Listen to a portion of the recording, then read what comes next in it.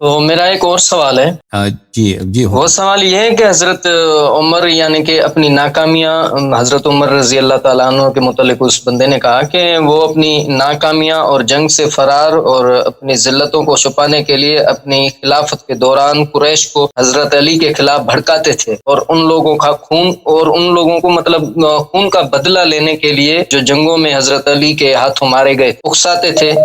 کیا یہ بات درست ہے؟ موفق دین مقدسی نے اپنی کتاب میں اس بات کو ذکر کیا ہے. کوئی ہے ہمارے اہل تسنن سے کوئی ایسا مصنف؟ اچھا، وہ جو آپ فرما رہے ہیں کہ جی ہاں، جی میں وہ جی ہاں، وہ جو آپ کہہ رہے ہیں نا، وہ کتاب ہے شرح نہج البلاغہ میں، میرے ذہن میں پڑتا ہے شرح نہج البلاغہ میں ہے کہ عمر بن الخطاب اس نے انصاب القریشین کا حوالہ دیا. ہو سکتا ہے وہ انصاب قریش میں بھی ہو، لیکن ہم نے جو ہمارے ذہن میں پڑتا ہے وہ شرح نہج البلاغہ ابن ابی الحدید میں ہے، ابن ابی الحدید کے شرح بھڑکانے والا، بھڑکانے والا.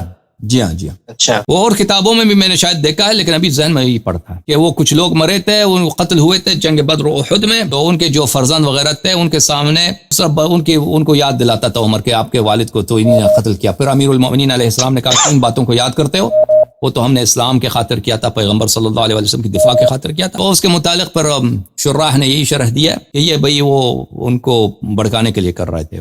جی جناب، اور مزید؟ اچھا